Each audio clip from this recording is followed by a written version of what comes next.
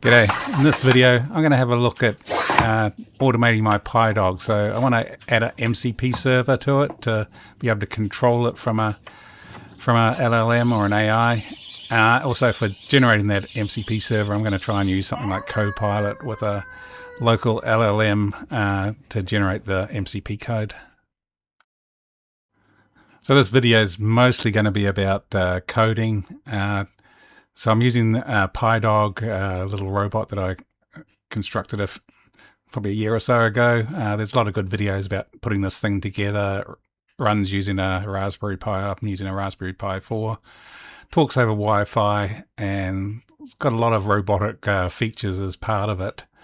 The other thing I'm going to do is try and use Copilot and connect it to a local LLM. Originally, I was going to do a lot of reviews of different LLMs and see which ones produce the best code, but I sort of skipped that. I found which one worked best for me locally. So I'm going to do that to make a MCP server code that runs on the Pidog. And then the second part of this video will be about hooking up an LLM to use that MCP server that's running on the Pidog to actually automate actions that Pidog's going to do. So let's have a look at what I'm trying to create here. So we've got my Pidog robot hardware, and on the Raspberry Pi that's on that robot, it has the Pidog API and code to move things and do actions like walk and bark and do those sort of things. And because it's an API, I'm going to wrap it with an MCP service that will allow an AI agent to see the Pidog and tell it to do things, so I can get AI to actually move the robot around. So the way I'm planning on doing this, and again, I'm not going to spend too much time on the actual coding, writing, setting up VSCode for this, but I'm going to use VSCode and Copilot to create the MCP service. And I'm going to set up Github Copilot on my machine using VSCode to read the Pidog API documentation, as well as have skills about how to create MCP services. So GitHub's going to use that and leverage an LLM or an AI to put all that together and work out how to write this MCP service. Initially, I thought I'd be comparing these different versions of LLMs to see which worked best for me, but that was kind of a long-winded process, and they all did much the same thing. So I used a couple of local LLMs. I've got a Mac Mini that I can run Gemma 4 on, and Quinn 3.6, about 20 billion parameter ones for those. I think that one's actually a 37 billion parameter model I can run on the Mac Mini. And then I also tried the cloud-based LLM. So by default, GitHub Copilot will use Claude Haiku. And then I also have a subscription to GPT-5. So I tried using that to generate the code. And they all generated the MCP service. The resulting services look much the same, probably because I was using a skills file, which tells it how to do it. So I'm in my my Pidog project. So to use Copilot in VSCode once it's installed is you need to tell it what model to use. By default, it'll use some of the ones that are available in the cloud. But if you want to use a local model, you can hit this gear icon to set up local models. So you do add models, and I'm going to add an Ollama model. So I'm going to call it Ollama Mac, because these models are running on my Macintosh.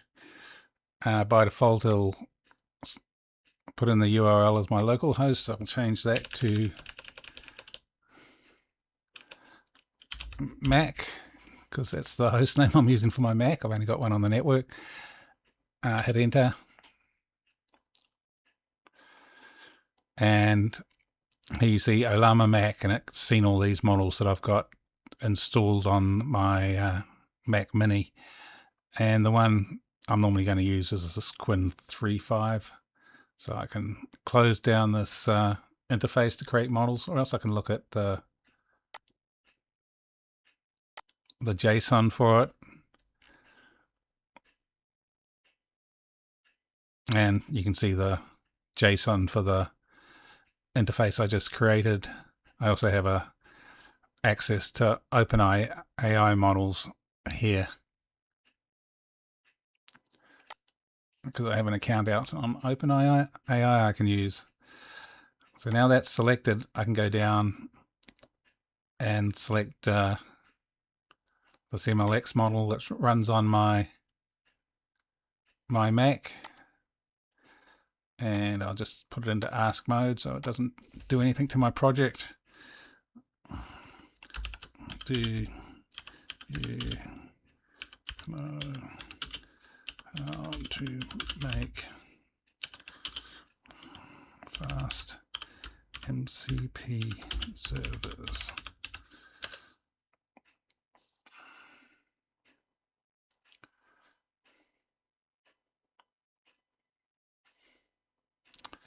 So that should be firing up the model on the Mac. Let me just connect out there.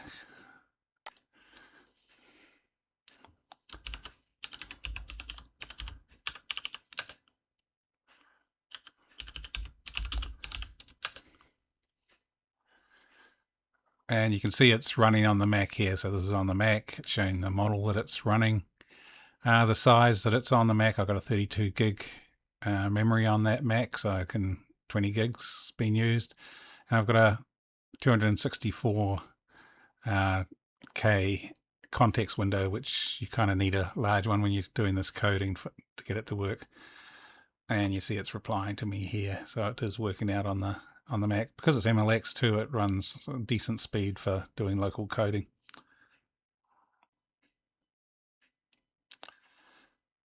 The next thing I did to help Copilot create MCP servers is to use a skill, and I put that into my project. Now, skills, among other places you can find them, is there's a repository out in GitHub called Awesome Copilot. It has a whole bunch of files available out here to help you run Copilot and Copilot agents. They have things like skills, instructions, plugins, all sorts of things, agents. And under skills, I found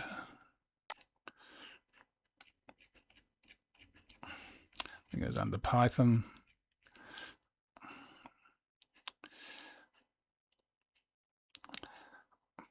Python MCP server generator. So that sounded like just the sort of skill I wanted. So I actually added it into my project under the .github skills directory, and this is what the skills file looks like. So it's instructions or information to help Copilot and the backend language model work out how to code for in this case a fast MCP service. So having that there makes the Copilot do a better job or work with the model a lot better.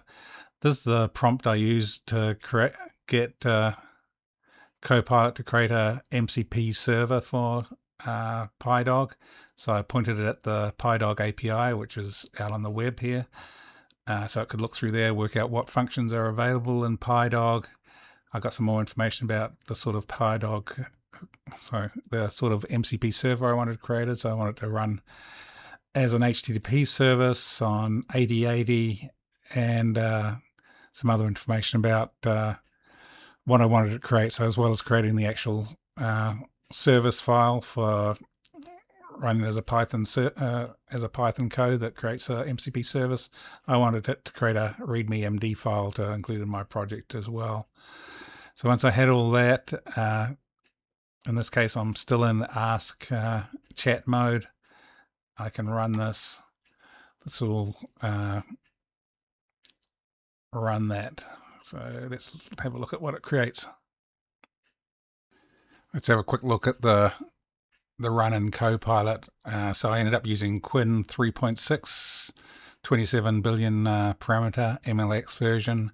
That just fits on my Mac M4 with 32 gig of memory. And I had to do some funny things to even get that to work. So here's my prompt. We'll have a look at that separately. So it goes out, has a look at the Pidog API. It also looks at this preset actions py as part of the API. Choose through that, has a look at it. One thing you noticed is running out of context, room for the context here. And you see it does I'm running it in autopilot mode down here. So at this point, it initiates a conversation compact. So that reduces the context window size.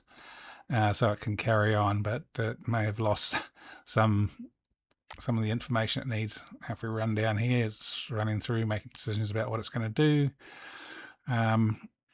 And this is the code that it would generate. I'm just running this in ask mode, so it's not actually updating my project. If I ran it in agent mode, it'd update the project with this code.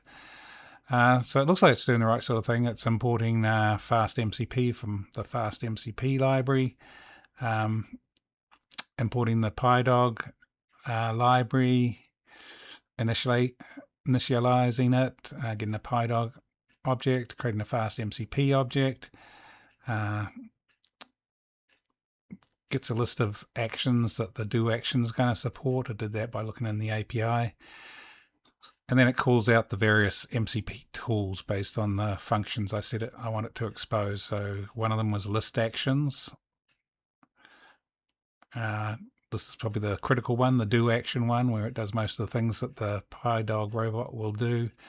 So it accepts an action, step count, speed, wait time, and all this is in the description. So when an AI runs this MCP server, that's what it's going to load into its context window to know how to use these functions. It looks like it's doing the right sort of thing. It's catching errors, so that's good code. I don't know whether it actually works, but it's looking like good code at the moment. Got the speak tool, because I asked it to incorporate that. Got the read distance tool, and got the get battery voltage tool. And then finally, it actually runs. Let me check on that. It should be running it as an HTTP server. So maybe when it declared the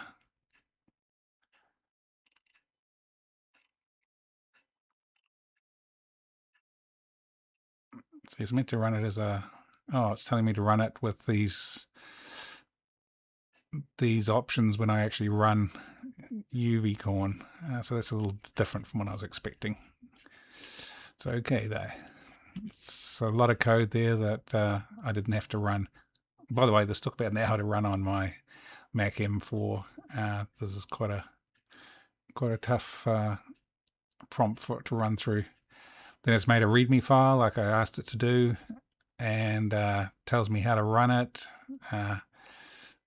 Gives me some commands to use for troubleshooting, and then it tells me some design decisions it made. So things like setting it up as a singleton, which sounds fine. It's doing action validation, make sure I don't put an incorrect action in when I do action. Telling me it's put a wait parameter in, which wasn't in the original function, I think, so that's a good idea, and I can override it. Telling me that it's giving me human readable responses, which AIs like. They can read that and see whether a call to the MCP server worked correctly, and if it didn't, why it didn't, rather than just getting some weird results coming back. And also add some context. See here, fully charged, low, to the information coming back from the battery voltage interpretation. All good stuff. And there it finished.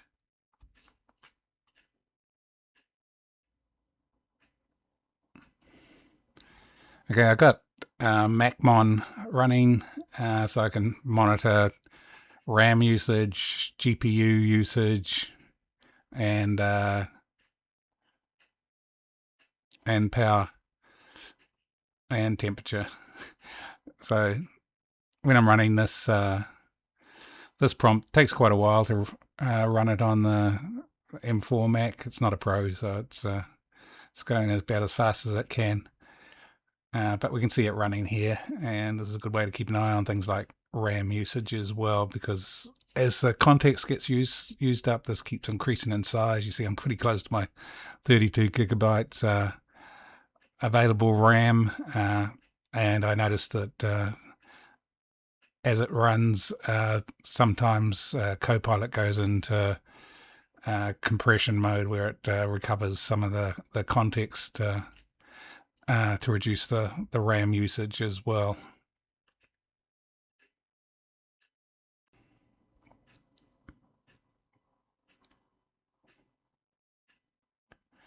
This shows the original code that I got out of running Copilot. So some of the things that didn't end up working for me is this uses or expects that fastMCP got installed through using UV package manager, using the UV install MCP CLI command, which happens to be usually brings down an older version of fastMCP toolkit. So you can tell that by saying it's getting it from MCP server fastMCP. So you'll see I'll install this a different way to work with Pidog later on.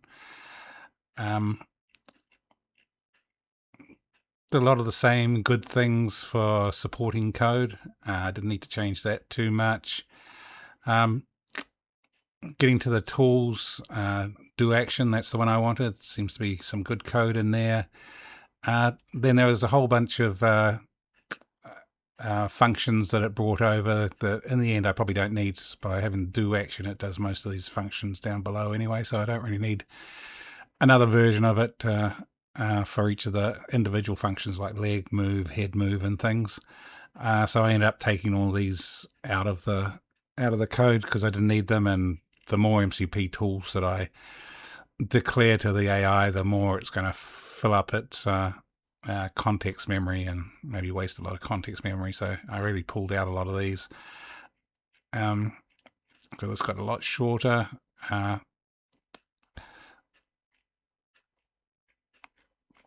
See, there's a lot of them.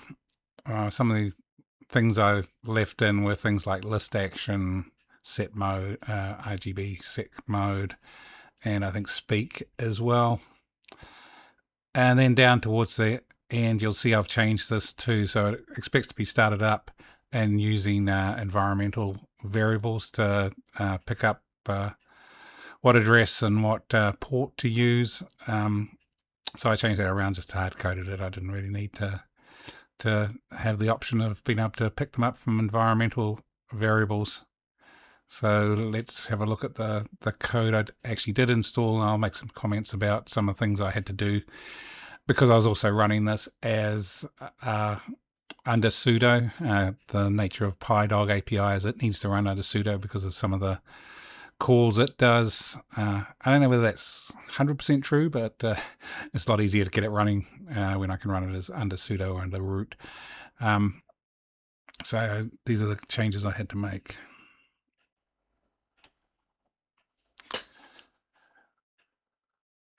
So because I was using the Pidog API, some of the things I had to do was I found it worked best under Debian Bookworm, which is not the latest version of Raspberry Pi OS. So I was using the latest one. Some of the functions seemed to not compile or work, so using this one worked okay. So it was the one I ended up using as the base operating system. And once I installed that, I did a sudo app update, but I didn't do an upgrade. I didn't want to get the new libraries for the new version of the operating system in there. When I did a sudo apt install, I think this is just the first line of the Pidog install instructions. So I did that. And then I did a install of fastMCP. So like I said, I didn't use the UV environment in the end for doing this. I wanted to have everything, it's all running on a Raspberry Pi anyway, so I don't really need to isolate environments. This is the only thing it's doing. So I just installed fastMCP globally using this command, sudo pip install fastMCP, and break system packages to make sure it installs everything. And this has one advantage of making sure you get the latest version of the fastMCP toolset. I also had to do an install of the UVcorn, the web server. I'm not 100% sure whether I need to do this, but I did it anyway. So I installed UVcorn, the web server, and then I installed the rest of Pidog. So that's step to 1 and 4 of these instructions for installing the API.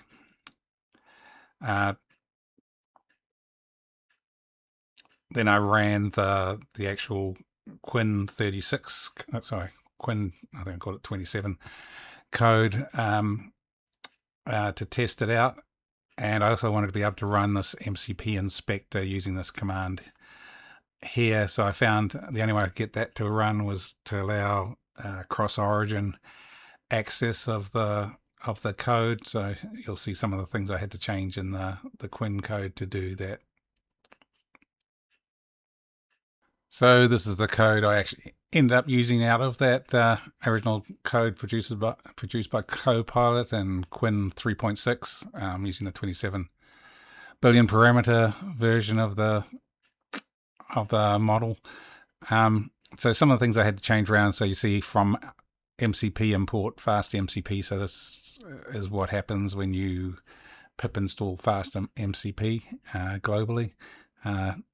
That's normally the tell on that you've got that version of fastMCP there. And the other thing I had to install was this CORS middleware to be able to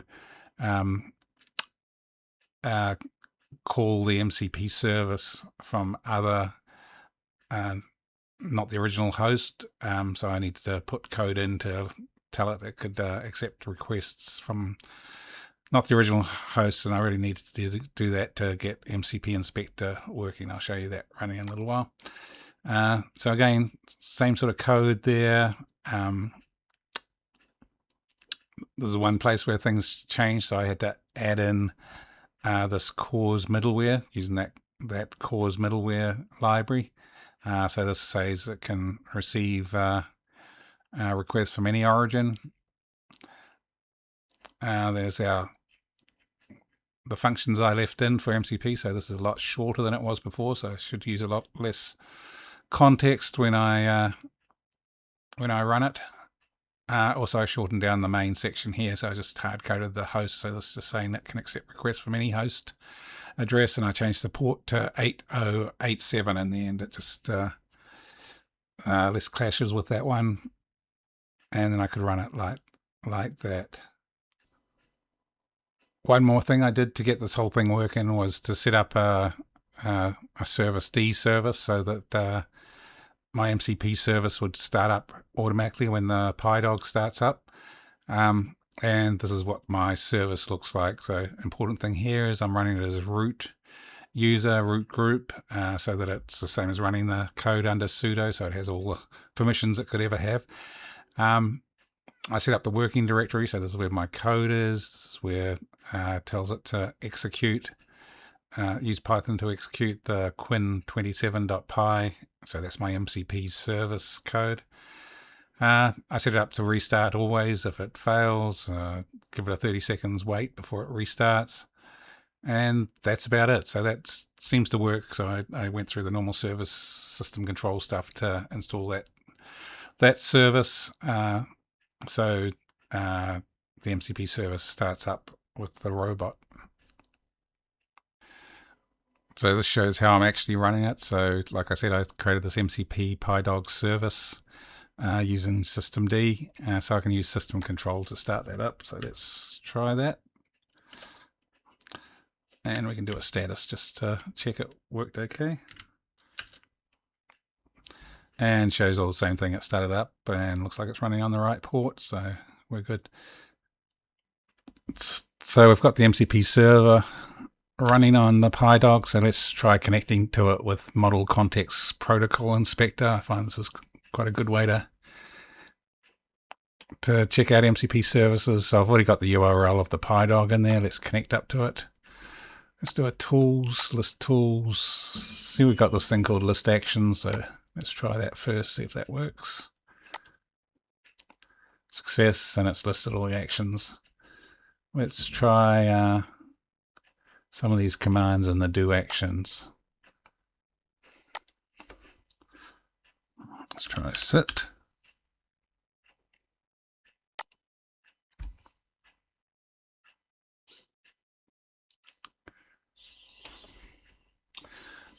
That looked good. Let's try forward.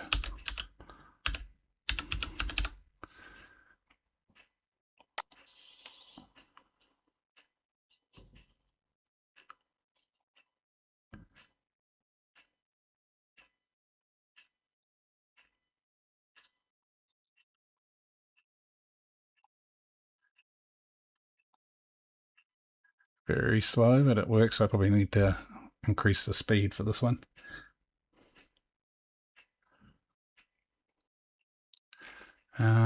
Also, let's try speak. So now I got to say sound and the name of the sound file. So howling.mp3. Let's see if that works.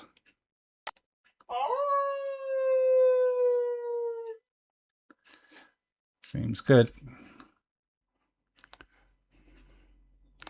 So I'm going to try out Pidog using its MCP server from a LLM. So I'm going to use Gemma for E2B MLX. So I've got this running on my Mac Mini. This is a fairly small model. I think it's about 4 billion parameters, but it runs pretty fast on the Mac Mini, so it'll be a good one to try out. So at the moment, I haven't told it about the Pidog tools, so let's see if it can do anything when I ask it to.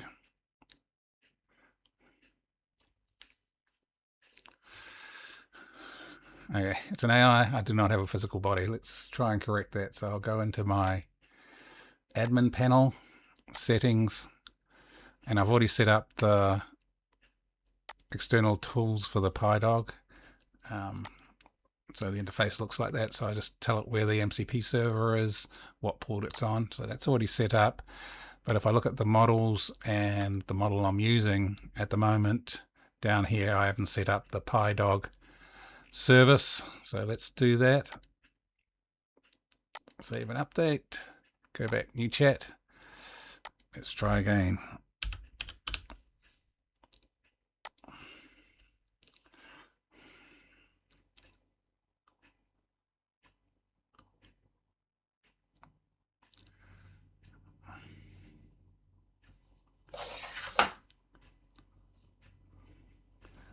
So that's pretty good. There's all the reasoning that it went through, but it worked out that it needed to do the action sit. Let me try telling it to lie down.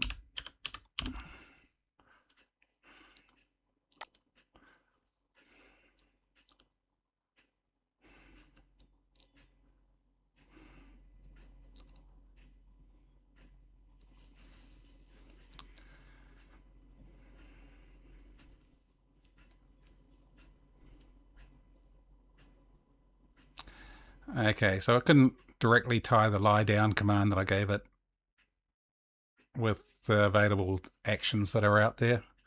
I was hoping to do something like lie with hands out, or just do the lie command. Another thing we can try is to ask it to howl.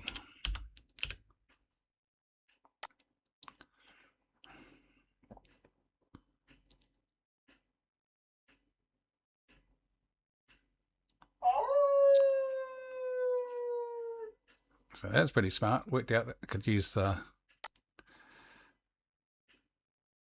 sound command or the speak command to call howling MP3. So worked that out, which is good. So one more thing I can do to improve how it's using the MCP server is go into settings for my model and I'll put in a system prompt. So I'll tell it it's an AI assistant controlling Pidog, so it should miss out the middleman a little bit, and tell it to reduce the amount of back and forth between the user and the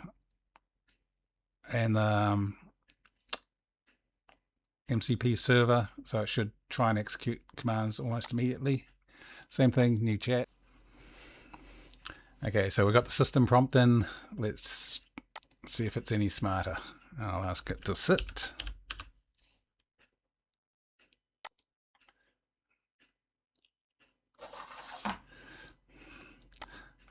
I'll ask it to lie down.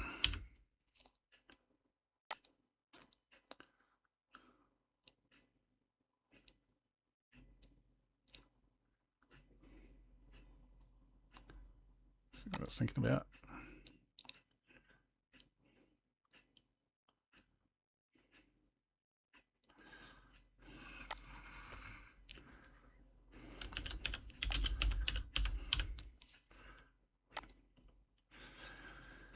So even with the system prompt, it's still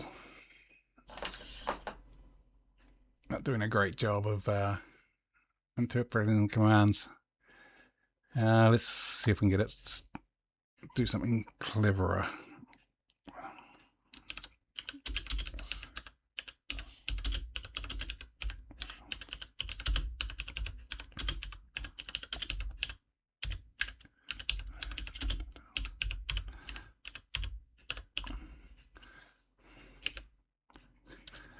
Okay, let's see if the Pidog's going to dance.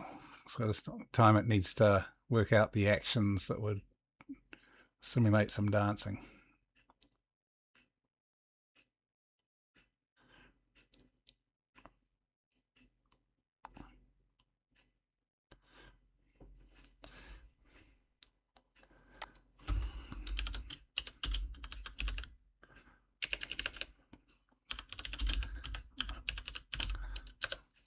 So it worked out what to do, but it didn't do it. Let's tell it to do the actions.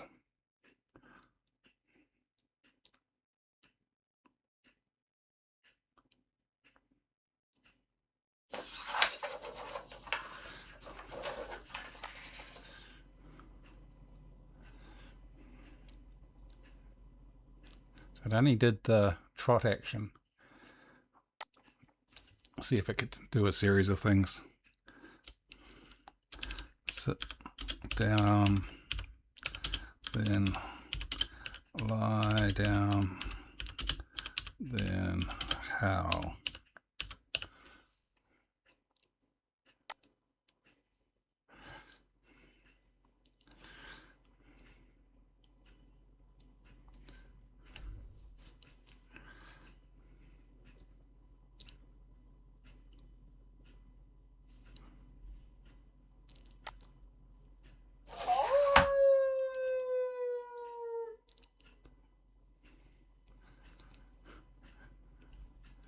So it did the sit and the howl, but it didn't do the lie down. So I think I need to work on the system prompt. So that's about it for getting MCP working with the Pidog, doing some Copilot coding, at least for this video. Some of the things that sort of I finished off thinking about this was, and some of the things that I might be able to improve on, was first, it was slow, like talking to the LLM you saw is taking sometimes 5 seconds, even more, when talking to Gemma 4 to process my request. So some of the things I might try to improve on that is to use a different model. So things like Granite seems to be a faster model for me. And maybe that's because it's a non-reasoning model too. It goes straight into trying to do what you ask it to do. The other things I could do is change the system prompt to tell it to reduce the amount of thinking it does. I kind of like the thinking of Gemma 4, but it does slow things down. So maybe I can tell it to do less thinking, or maybe there's a setting I can set to do that. The other thing I thought was maybe a large language model is not the most appropriate thing to use to run the robot. Again, large language model emphasis is on language. It's good for interpreting what I'm asking for and changing it into commands. But maybe I need sort of an intermediate model closer to the hardware to actually do things with the hardware, kind of more like a Tesla or a autopilot system where it's been custom built around the hardware and what the hardware should be doing. But that's one thought, is to maybe I need to build a model, but that's not a simple process and seems to involve a lot of hardware to do that. I'm not sure whether I'd even be able to do that. Did not cleanly do what I asked every time, so it's still indecisive. You saw for some of the things like I think on howling or to lie or lie down, it sometimes came back and said it couldn't decide which command to use. So really I want to improve it. So again, I might be able to improve it in the system prompt, tell it to just do its best guess almost all the time and not ask for confirmation. So let it go off, and if there's something that it thinks will behave close to what I wanted it to do, maybe that's what I need to do. The other thought there is in the actual MCP tool descriptions. So this is how the model knows what the tools can do. I can probably explain what the options are better, so there's less thinking involved by the model, and it can decide what it can do and what it can use the tools for. So for example, in the speak action, MCP speak action, it lists some of the sounds but not all the sounds, and lists them in different ways. So maybe I can change the description for that particular MCP tool for the speak function to list all the different ways and sounds that it's got available to you. I didn't do well on doing continuous activities. I could get it to do it through the LLM, but it didn't seem to go too far with it. So kind of the example of that is where I asked it to do a dance. I'd also, long term, I'd like to be able to get it to prowl around. So basically have the Pidog run itself and wander around and do things during the day. It didn't seem well set up in the LLM to do this. So again, maybe that's another thing I can improve on in the system prompt. Tell it can do a lot more actions. It can be wait till a certain goal is reached, those sort of things in the system prompt. Or it may be that I need to use something different than like webui to run the LLM. So maybe like LangChain, where I can create an agent, set goals for the agent and have it run continuously is the better option to get it to do continuous activities. And kind of related to doing continuous activities is the MCP requests I've got at the moment are basically kind of one way. I ask it to do something and it just tells me whether it did it or not. And I'd really need to be able to get more feedback from the Pidog to have something more continuous happen, like know that it's getting close to an object, that it's still upright, hasn't fallen over, all those sort of things. So I need more sort of instead of polling after a reaction to say, hey, are you still upright? Are you close to another object? I can probably explore something more like an asynchronous MCP request, and I think it's either in the tooling already, or people have done extensions to MCP to allow more asynchronous MCP to happen. So it's giving continuous feedback on things as the requests are running and after the requests are running. So it could continuously send back information to the LLM, and the LLM can incorporate that into deciding what it's doing. Again, that may work better with a LangChain type agent than just a off-the-shelf LLM agent like webui. And finally, there's some missing capabilities. So the Pidog has a camera on it. It's got some other things too. It's got an accelerometer to tell how far and fast it's moving, whether it's upright. It's got things like a touch area where you can rub the Pidog. So at the moment I haven't got MCP tools to make use of those. So the way I could fix that is first add the function or tool to the Pidog MCP server. It shouldn't be too hard to do, and just related to JPEGs, getting the images back, it may be better to process it or pre-process the images. So use something like an image processor on the Pidog and just send back what it sees. So maybe a list of objects and locations in the image is more useful to like an LLM than send an image back, which would involve a lot more processing off the Pidog. Anyway, those are some of the capabilities and some of the things I found from doing this. I probably won't get to it straight away, but now I've got the Pidog talking through MCP. These are some of the things I can explore in the future.